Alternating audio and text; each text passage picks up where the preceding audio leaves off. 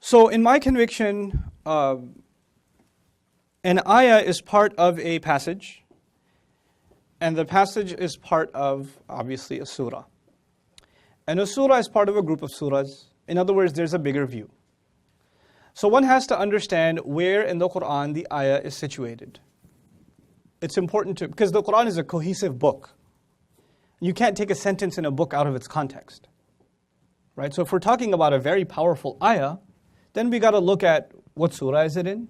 Within that surah, what passage is it in? Where is that surah itself? Some things, not just about that's all what I'm discussing at the moment is the textual context. And then there's a historical context. And the historical context is, when was this surah revealed? Are there any commentaries on when this particular ayah was revealed? Or these set of ayat were revealed? Is there any discussion about that? All of that background information helps shape my thinking about the ayah itself. If I don't do my homework on that background, then I'm going to come to very different conclusions about what the ayah is talking about. It'll completely change my view on what the ayah subject matter actually is. Right? This is, and textual context is of the utmost importance in Quranic studies. Allah says, اعلموا أن الله يحيي الأرض بعد موتها. Surah Al-Hadid. He says, you should know that Allah gives life to the earth after it had died. Allah gives life to the earth after its death. Now what do you think it's talking about? Plants. Plants. The earth is dead, it rains, and then plants come back to life. But the ayah before talks about hearts becoming hard. فَقَسَتْ قُلُوبُهُمْ وَكَثِيرٌ مِّنْهُمْ فَاسِقُونَ اعْلَمُوا أَنَّ اللَّهَ يُحْيِي الْأَرْضَ بَعْدَ مَوْتِهَا. Their hearts became hard, many of them are corrupt. You should know Allah gives life to the earth after it had died. Now what's the ayah talking about? Just like the lifeless earth can be brought back to life, dead hearts, still hearts, hardened hearts can be brought back to life.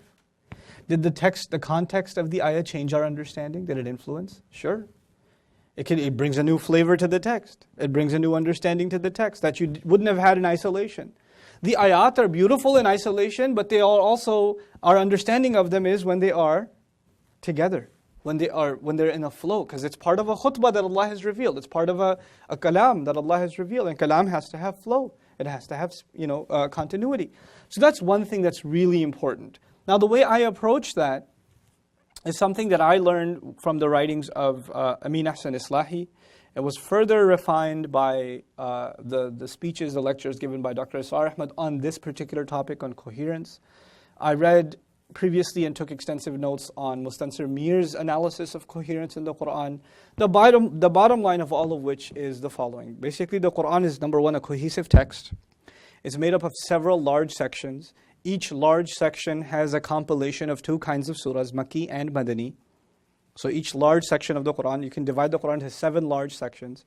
And each large section has a group of Makki and a group of Madani. Maybe at least one Makki and a bunch of Madani, or at least one Madani and a bunch of Makki, like that. Okay?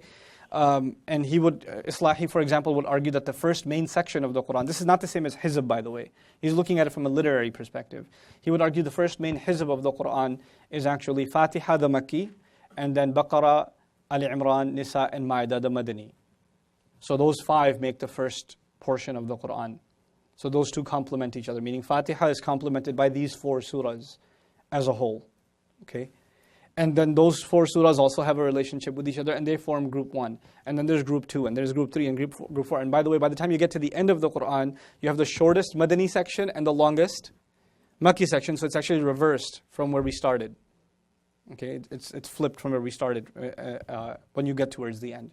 Anyhow, the surah, or Surah An-Nur in particular, when I talk about its overall context, you'll see why it's important to note that it's a Madani surah, and it belongs to a group of surahs, and that it's paired with another surah.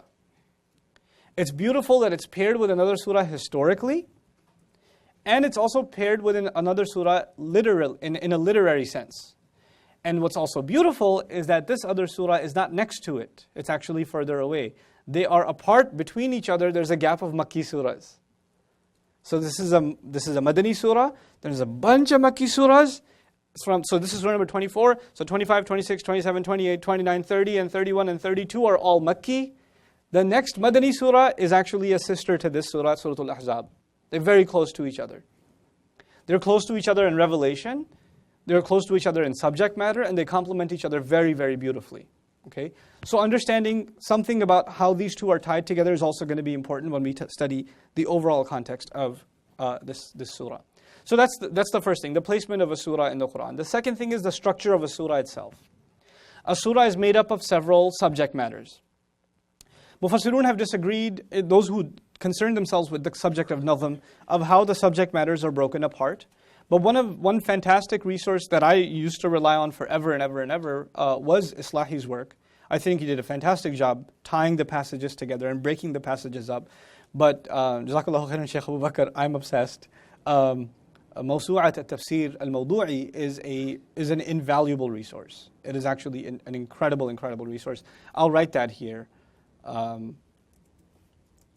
Mawsu'a al-Tafsir al-Mawdu'i. This is like 20 people working on a comprehensive tafsir of the Quran, and one of your goals of learning Arabic is that you can read this tafsir. If you can read this tafsir, you're fine. You're good. You're set. This is a summary of, like it's authenticating the classical aqwal about what has been said, the context of revelation, all been verified, authenticated by a panel of 20 scholars. Then the structure of the surah, its passages, how they're broken apart from each other, what's the overall message for one passage, how is this passage related to the next passage. They've done this by heading. Al-Maqta'u al-Awwal, Al-Maqta'u al-Thani, Al-Maqta'u al-Thalith, first passage, second passage, third passage, fourth passage, fifth section, sixth section. Surah An-Nur, for example, has 14 sections according to them. Right, so that's been a tremendous resource. And I would probably, if I did my own studies exhaustively beyond that, on Nazm itself, I would probably add my own notes to their study, but 90% of what I was going to figure out, they've already done. 90, if not 99%. Maybe if I were to add something, it'd be maybe 0.1% to what they've done. It's already done, and it's really, really fantastic work. Okay? So understanding the structure of a surah and what the overall message of the surah is about. Why? Because once you understand that everything that's being said is being said in that context. Okay? Why is that important? Why is it important to understand the overall message within a context? I'll give you one example from the Quran. I'll give you one example from regular speech. One time I was giving a khutbah about the etiquettes of speech and how we're supposed to speak to people nicely. It's a simple message, speaking to people nicely. But I was talking about the value the Quran puts on it. The value the Quran puts on this idea is that actually when you don't observe it, the very next ayat in Baqarah talk about people killing each other. وَقُولُوا لِلنَّاسِ حُسْنًا وَأَقِيمُوا الصَّلَاةَ وَآتُوا الزَّكَاةَ ثُمَّ تَوَلَّيْتُمْ وَأَنْتُمْ مُعْرِضُونَ ثُمَّ أَنْتُمْ هَؤُلَاءِ تَقْتُلُونَ أَنفُسَكُمْ. Allah talks about you're going to talk to people nicely. You're going to talk to people nicely. One of the injunctions given to the Israelites. It seems like so basic. Talk to people nicely. I learned that in 2nd grade. My mom keeps telling me, talk to your sister nicely. She doesn't say it nicely, but she means. So why is that so complicated? And the very next ayah says, you were the same people killing each other.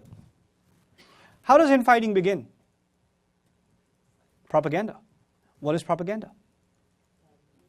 Language. Words. Propaganda is nothing but words. There was a report this morning on NPR about Rwanda and the music industry in Rwanda, and how Rwanda 20 years ago had a genocide. And now there's love songs, in the air. Everybody's making love songs. Even the hip hop artists are talking about unity and love in Rwanda. And they say, how come you guys don't write anything about the genocide? It's such a big part of your history. It scarred you so badly. How come there's no music about the genocide? And you know what overwhelmingly the artists are saying? First, we don't want to remind ourselves. We know it happened. But if we bring it up, we're still a volatile society. A song itself could stir up violence. We're terrified that one song about one tribe, I say something nice, even if I don't say something bad. If I say one thing too nice about one tribe, or if I praise the president or something, we don't know if killing's going to start again. Speaking is a pretty big deal. So I was talking about Bani Israel. Allah told them, قُولُوا لِلنَّاسِ حُسْنًا. After the khutbah, a brother comes up to me and says, why are you talking about the Jews? You should give a khutbah about Muslims. Now my entire khutbah was about Muslims. And I was telling ourselves, our congregation, how we should take advice from Banu Israel. I was like, when did you come to the khutbah? He goes, 5 minutes before Salat. I was like, but you didn't understand what I said. There's a context. It doesn't matter what you said. That's what you said. I was like, there's a lot more that I said. But if you take it out, then you're like, he's not even talking about Muslims. He's giving us a fun history lesson about the Jews or something. Why don't you care about Muslims and how they speak, etc., etc. Context can change everything. Can make something relevant, irrelevant, if you pull it out of context. So that's going to be a key in us appreciating the ayah that we're going to be studying. Understanding the passage it's in, its relationship to other passages, and the overall message of the surah. We're going to have to deal with that, okay? Then when you get to an ayah, then my own methodology, this is the context, this is the groundwork. This is the hardest part in my opinion. Then the easy part begins. That's research. The next part is research. And research is about this ayah, first of all, what are the classical positions? Are there extensive conversations about historical context? Are there reports from Sahaba or even a hadith of the Prophet ﷺ related to this particular ayah? And if so, what are they and how are they to be not just read but analyzed? Studying history is one thing, knowing history is one thing, analyzing history is something entirely different. Somebody can know all the facts about Hudaybiyah, but not be able to analyze that history. Right? Historical analysis is really, really important, not just historical data and information. Oftentimes the athar or the text will give you the data, but it won't offer you the analysis. Right? So you have to look at history and you have to analyze also what's going on here. How's the scene to be painted? And this is the great of some great ulama in our time and even classical writers who've taken history and they've also analyzed it for us. Okay? So understanding that history, analyzing that history, that's important. That's the second step. Then there is classical commentary. I start usually with classical commentary. What that means is I go to certain tafasir of old and see if they have what insights they have to offer into this ayah. Above and beyond what I found already in the context, do they have other things that they have to say or things that the first 2 or 3 generations of Muslims have had to say about this ayah, which is important history and important for our understanding, right? So I'll go to a few tafasir, I'll write those for you. I'll have an easy start with the Ibn Katsir, rahimahullah. I will go to the Al-Qurtubi. I used to go to At-Tabari, I don't anymore, because At-Tabari has too many things, and I don't have the qualifications to be able to sift through what is and isn't authentic. At-Tabari, as you probably heard in the talk by Sheikh Omar also, was a historian, so he collected everything, right? Authentic, inauthentic. If he heard it, he collected it, kind of thing. So it has historical value, but for research purposes, it can become difficult to navigate. Al-Qurtubi is far easier to get through. So on the athari side or riwayah side, I'll go through these tafasir. Then there are some that are analytical tafasir with a mix of both of these. I'll read Ibn al-Jawzi.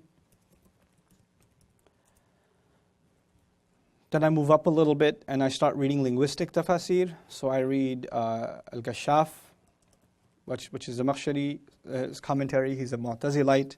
I'm not a fan of his i'tizal, but I am a fan of his linguistic analysis. It's fun. Then I will read An-Nuhas, if he has anything to offer about the i'rab of the ayah, some extensive i'rab of the ayah. I will also read Razi, who is a fun read when he's not on tangents. But Razi was brilliant. He was a really brilliant writer. Even though he took a lot from Zamakhshari, like a lot. You just, almost the same passage, you'll find it in his tafsir. Just sitting right there. But he did have some really cool comments. So this is more on the linguistic side. Razi is kind of a mix between linguistic and literary in some sense. Then I move on to, which one was next after Razi? Oh, Al-Biqa'i. He's fun. He likes to write in poetry. That gets annoying sometimes. If he was there, I was like, Sheikh, can you just tone it down a little? But he's gone. But he likes to talk about how ayat are connected to each other. A tough read. Nonetheless, I'll plow through it if I can to the best of my ability. And then after Al-Biqa'i, Then I start going to more contemporary works. So I'll read Al-Shawkani, Fathul Qadir. I should put Zamakhshari here instead of Kashaf. That's the author. Fathul Qadir. And then I get to one of my favorites of all time, which is Ibn Ashur, At-Tahrir wa Tanweer. Now we're getting even more contemporary. So then I'll read Ash-Sha'rawi.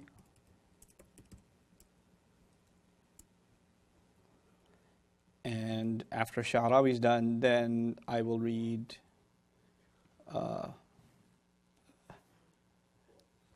sorry, blah. Okay. Then I'll see if there's any linguistic commentary or some cool nuances mentioned by Dr. Samir Rai on the ayah. And then I will go to Sha'rawi, then Samir Rai. Then, okay, now I'll listen to the Dars of Ratib al-Nabulsi on the ayah, of course, because he's like the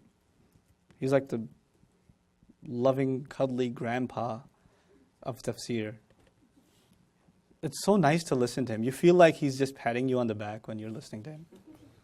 It's so, you just want to cry. You turn into a baby when you listen to him. He's got this very fatherly tone to him. It was wonderful. Okay, so now I'm done with the Arabic side, Arabic tafsir side, and then I'll go to listen to or read Islahi. These are Urdu sources. Islahi, and then on QuranExplorer.com there is Sheikh, what's his name? I always forget his name. From Chicago, IIIE, the Elgin Madrasa. Anybody know? Maulana? No. Thank you. Maulana Abdul Salim. Maulana Abdul Salim has a complete tafsir of the Quran recorded on audio tape, and they turned it into MP3s. It's on QuranExplorer.com. Fun listening.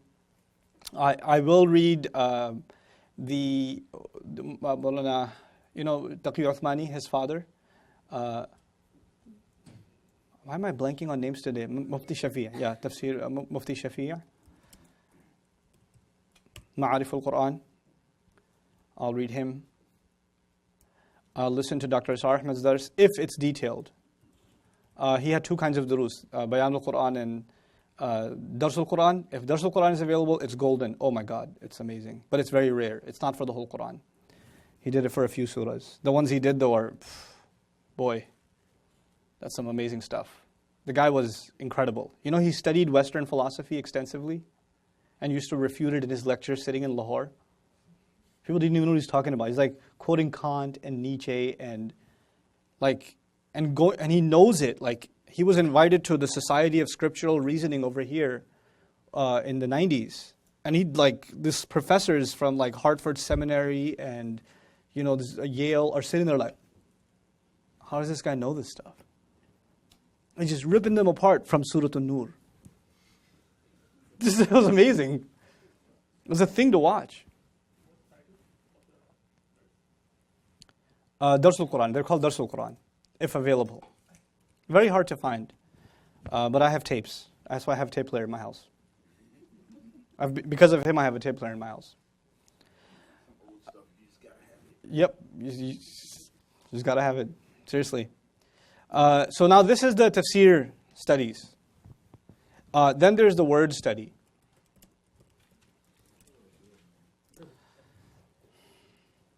You wonder why I don't do detailed studies. Because if I did, I wouldn't do anything else. So when you do an ayah, it'll take you a while. It'll take you a while. This took me, all of Ramadan took me Surah Nuh.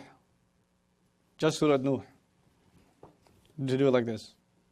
It takes a while. And it's not even studying this stuff. That's not the hard part. When you have all these notes, is there overlap? To skim through all of the overlap and to turn it into something you can actually teach, that's the painful part. So he already said this, he said this, okay, I got to combine these two, and that's been said here, okay, I got to get these two together. And so you have 70 pages of notes, and then you got to turn them into 3 pages, or 4 pages, or 10. In this case, this is 14 pages for today, the ayah. Right, because you got to skim. So now word study, Lisan al-Arab, I'll start with lanes. Then I'll read Lisan al-Arab, Then I read Al-Muhit. I really, really like Qutuf. I really like this book. My new love, Fiqh al-Lugha. There's a thesis called Daqa'iq al-Furuq li Kalimat al-Quran. I love it. It's great.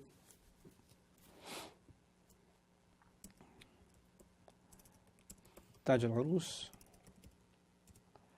And then the Urdu sources are, and sometimes, not all the time, I'll go to Mutaradifat al-Quran. Or, Mufradat al-Quran, sorry.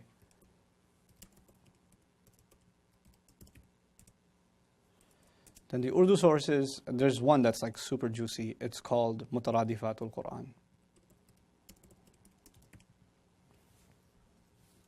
That's for synonyms. There's another Arabic source, Al-Furuq al-Lughawiyya, I should mention that.